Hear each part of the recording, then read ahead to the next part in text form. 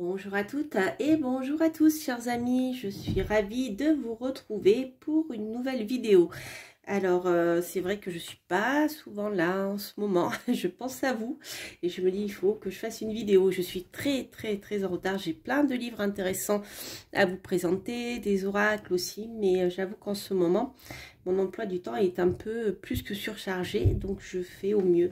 Voilà, donc je reviens déjà avec cet ouvrage qui est donc le nouveau livre d'Alicia Renaud dans la collection Les secrets oubliés d'Alicia. Je vous en parlerai un petit peu plus tard, donc, aux éditions Bussière. Donc celui-ci est un ouvrage sur les chakras. Donc c'est dans ma, comment dire, dans mon expérience et mes différentes lectures de livres sur les chakras. J'avoue que celui-ci, je le mets en haut de la liste parce qu'il est très complet.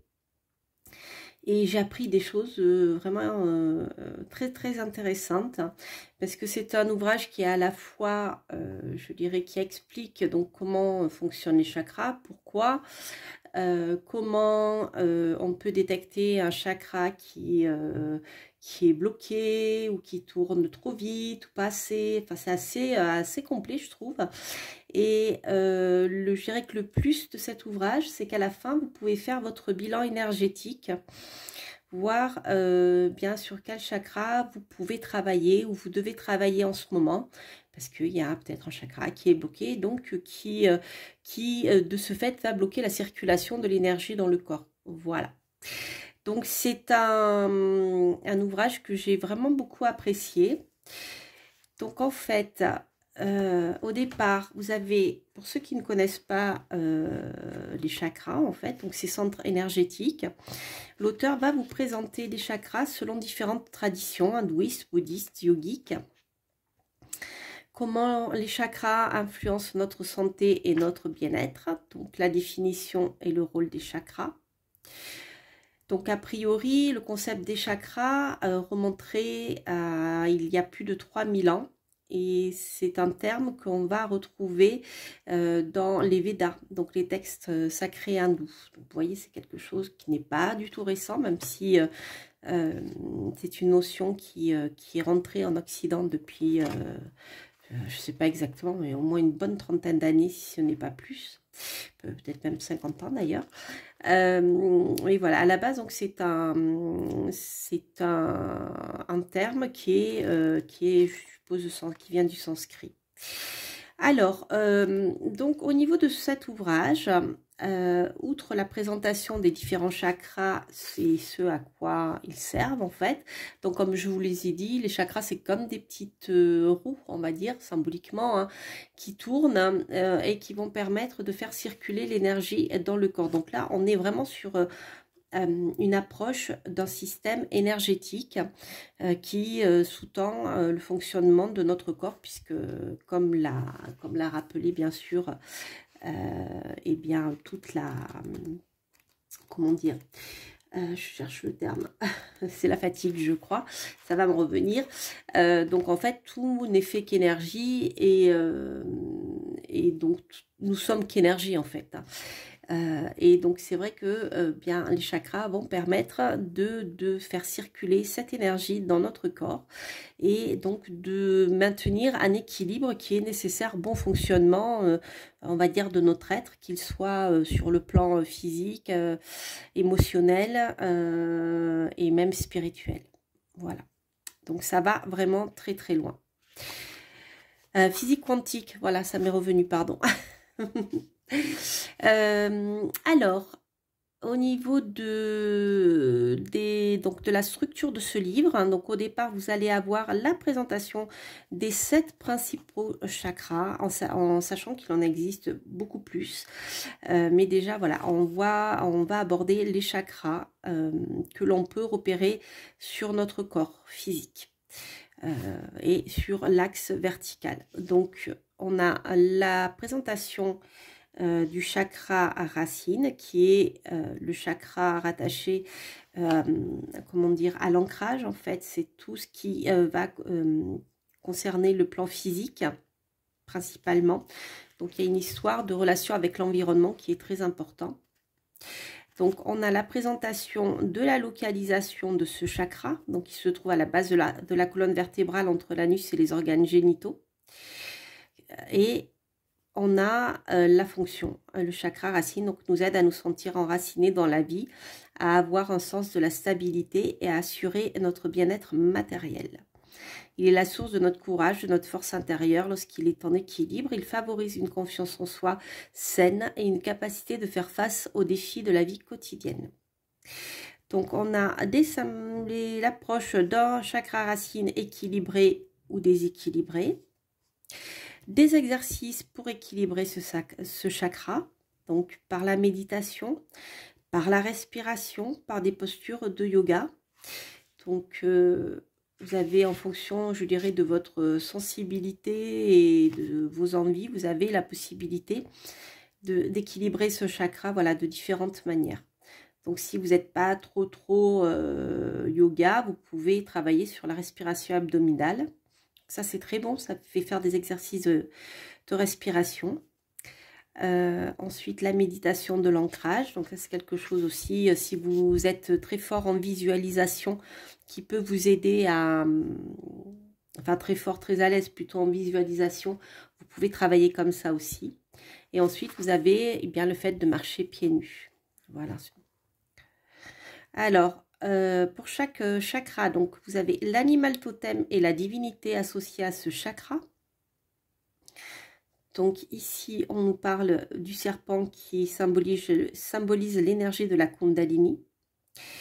La divinité associée au chakra racine, c'est Ganesha. Ça, je ne le savais pas. Je vous dis, dans ce livre, j'ai appris plein de choses intéressantes. Voilà. Ensuite, la partie lithothérapie pour le chakra racine. Donc ça, c'est quelque chose que l'on retrouve en général dans les ouvrages consacrés au chakra. Donc vous retrouvez l'hématite, le jaspe rouge, la tourmaline noire, l'œil de tigre, l'obsidienne noire, le gredin. Donc ce sont les couleurs qui tournent autour, vous avez bien compris, hein, du rouge, du brun, voire du noir. Alors comment porter ces cristaux de manière à ce qu'ils soient efficaces? Donc ensuite, c'est la même chose avec le chakra sacré. Donc à chaque fois, vous avez un petit mot-clé aussi, enfin une petite phrase, je ressens. Pour le chakra racine, c'était je sens, je suppose. Je suis, non, je suis. Voilà, donc là, ça, donc c'est quelque chose qui occupe un bon quart du livre en fait, hein, même un bon tiers, je dirais. Ouais, un bon quart du livre en fait. Ensuite, vous avez l'approche des chakras en fonction de leur taux vibratoire, ce dont je vous parlais tout à l'heure. Hein. Tout n'est que vibration, tout vibre et à une certaine fréquence. Donc là, vous avez chaque chakra et sa fréquence. Donc, plus on monte vers le chakra couronne, plus la fréquence vibratoire est élevée. Et plus on descend vers le chakra racine, plus la fréquence vibratoire est basse. Alors, attendez, j'ai oublié ça, ouais. Je voulais vous dire aussi, chakra couronne. Donc ça, on l'a vu. Voilà. Donc, vous avez une petite présentation, justement, de l'importance d'un alignement énergétique complet. Donc, c'est une histoire, bien sûr, d'équilibre. Hein. Tout est équilibre dans le corps, puisque l'être vivant a un fonctionnement harmonieux, où on a un chef d'orchestre excellent, puisque tout fonctionne en symbiose. Et dès qu'il y a quelque chose qui est déséquilibré, eh bien, cela va déséquilibrer le reste du corps, d'où l'apparition ensuite de certains troubles.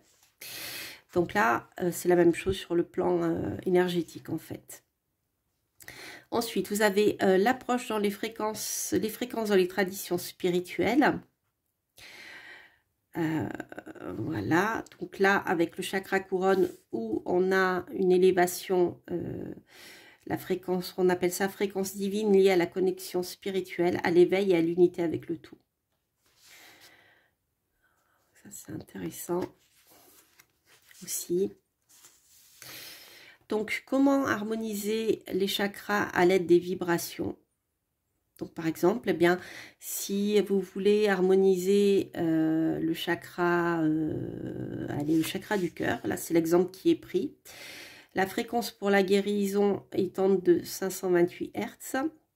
Donc, on va écouter des musiques au son adapté pour chaque centre, je vais y arriver, énergétique. Donc, on peut chanter des mantras, on peut méditer avec des sons. Donc, on en trouve pas mal en ligne pour équilibrer ça. Donc, les bols chantants tibétains, les diapasons, les tambours et les cloches. Ensuite, donc l'explication pourquoi les chakras tournent-ils et pourquoi ils tournent dans le même sens.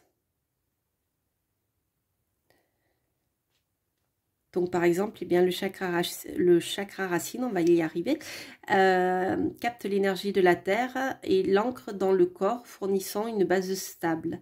C'est le fondement sur lequel les autres chakras peuvent se développer.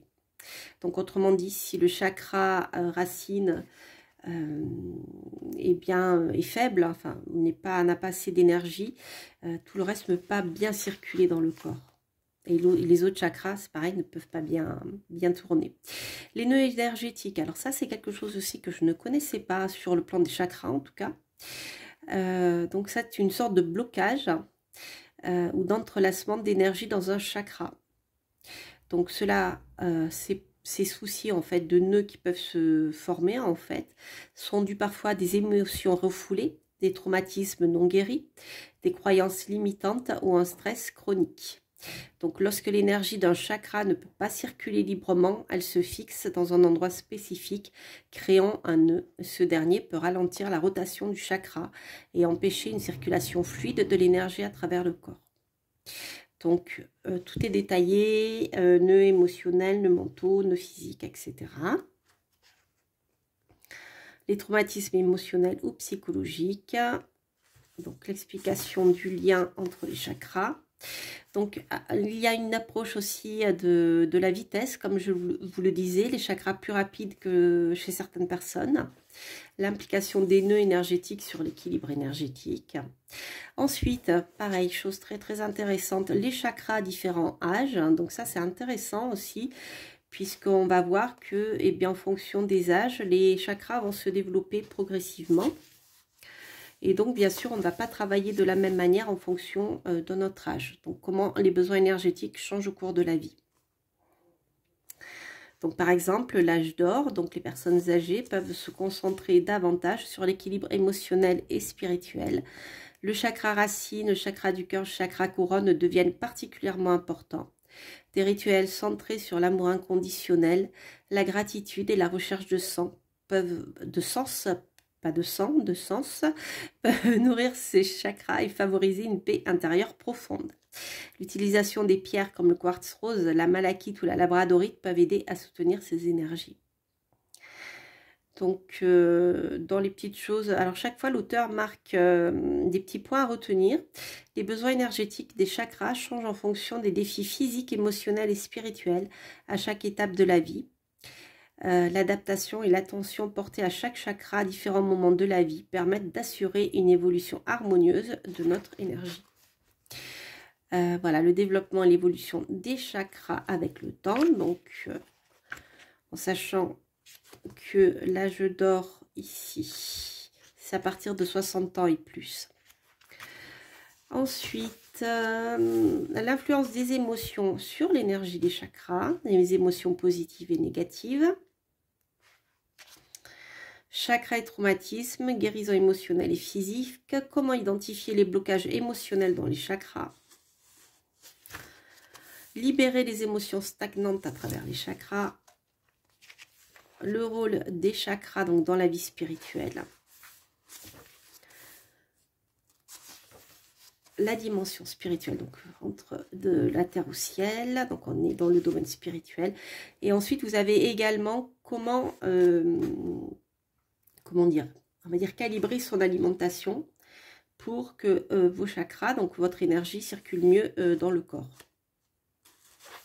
Donc par exemple, allez hop, je vais prendre les aliments qui vont favoriser le chakra du troisième œil, l'ajna. Donc ces aliments seront ceux qui vont favoriser la clarté mentale. Donc les baies, les graines, dont les graines de chia, les fruits, légumes, violets, aubergines et raisins. Donc là on est dans la couleur. Hein. Donc ce sont des aliments qui contribuent à l'éveil de l'intuition, à la vision claire, à la sagesse intérieure.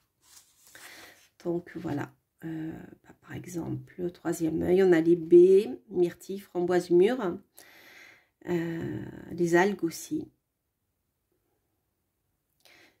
Donc par exemple, eh bien, les aliments qui vont plutôt favoriser un chakra racine, on va avoir des aliments plutôt riches en protéines, les légumes racines, les céréales complètes, les légumineuses, les noix et les graines. Et chakra couronne, on sera plutôt dans des aliments vivants et légers, comme les légumes verts, les fruits, les graines, graines germées, herbes fraîches ou purifiées. C'est rigolo d'ailleurs parce que au niveau de l'alimentation comment dire, des ermites ou des moines, on retrouve aussi ces régimes, je crois. Voilà, donc des recettes pour stimuler chaque chakra, l'hydratation et la digestion dans l'équilibre énergétique. Comme je vous le disais, ça va très très loin. C'est un livre qui est vraiment riche et très très complet. Donc ensuite, on va aborder toutes les sphères énergétiques, dont l'aura et les différents corps subtils. Donc on retrouve bien sûr le corps éthérique, émotionnel ou corps astral, le corps mental, le corps causal, le corps bouddhique et le corps divin. Donc le lien entre l'aura et les corps subtils. Le lien entre les chakras et les couleurs. Donc toute une histoire aussi ici de vibration. C'est pour ça que les cristaux et les pierres sont souvent utilisés pour l'équilibre des chakras et pour favoriser la circulation énergétique. Alors, comment l'environnement impacte les chakras dans les choses à éviter. Donc, comment harmoniser, bien sûr, les chakras. Avec l'influence des couleurs, toujours. Comment purifier son espace énergétique. Ensuite, vous avez des exercices de méditation pour le chakra racine. Donc, si vous êtes très à l'aise avec la visualisation, c'est quelque chose qui peut, voilà, vous parler. Hop. Donc, tout ceci, la respiration également. Alors, ensuite, nous avons les chakras et les éléments naturels avec l'élément terre, l'élément eau, l'élément feu et l'élément air. Donc, voilà, ça c'est très très intéressant. Et ensuite, comme je vous le disais, vous avez le questionnaire des chakras bloqués. Comment reconnaître quel chakra est bloqué? Donc, vous avez un questionnaire qui est assez long à faire, puisque vous avez ici, hop, méthode. Oui, toute la partie exercice est assez longue, puisque vous avez donc le bilan, le questionnaire détaillé pour identifier les déséquilibres. Et ensuite, vous avez les exercices que vous pouvez réaliser pour pouvoir rééquilibrer tout ceci. Donc, c'est vraiment très complet. Là, vous avez ici... hop, oui, c'est ça. Vous avez une bonne trentaine de pages. Hein. Même plus.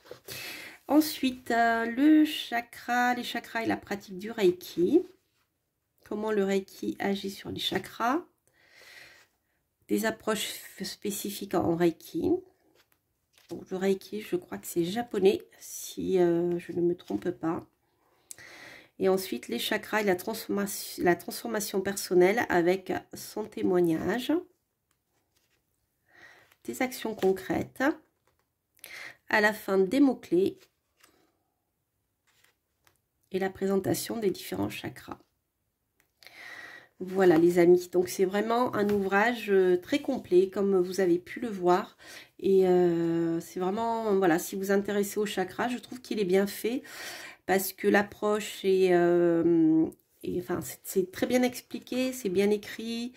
L'auteur commence par le début, par l'origine des chakras, en expliquant ce qu'est chaque chakra, et puis petit à petit, vous voyez, on avance dans tout ce qu'on peut faire avec, eh bien, les chakras pour les équilibrer et retrouver une bonne énergie. Voilà. Donc c'est vraiment très très intéressant. Donc l'ouvrage fait au total presque 300 pages, 250 plutôt. Et vous avez également, je crois que j'ai vu voilà, des QR codes. Des QR codes, je pense, où on peut trouver peut-être des exercices que l'auteur propose. Voilà, donc à la fin, la présentation d'Alicia Renoux, qui est maître et enseignante en Reiki, soins énergétiques transgénérationnels et karmiques, praticienne en EFT, en heure optimale. Alors ça, je ne connais pas. Et ensuite, vous avez, ah oui, voilà, le lien sur une boutique en ligne, l'effet précieuse. Alors justement, tant que j'y pense, à propos des ouvrages qu'a écrit Alicia Renoux dans la même collection, donc il y en a plusieurs. Et le dernier que je vous ai présenté, c'est celui-ci, La puissance des liens transgénérationnels. Voilà, toujours aux éditions Bussière, dans la collection Les secrets oubliés d'Alicia. Voilà les amis, j'espère que cette review vous aura plu. N'hésitez pas à liker, à vous abonner si vous passez par là, à mettre un petit pouce bien sûr. Hein. Et quant à moi, je vous souhaite bien plein de belles choses et je vous dis à très très bientôt pour de prochaines reviews. Portez-vous bien, bye bye.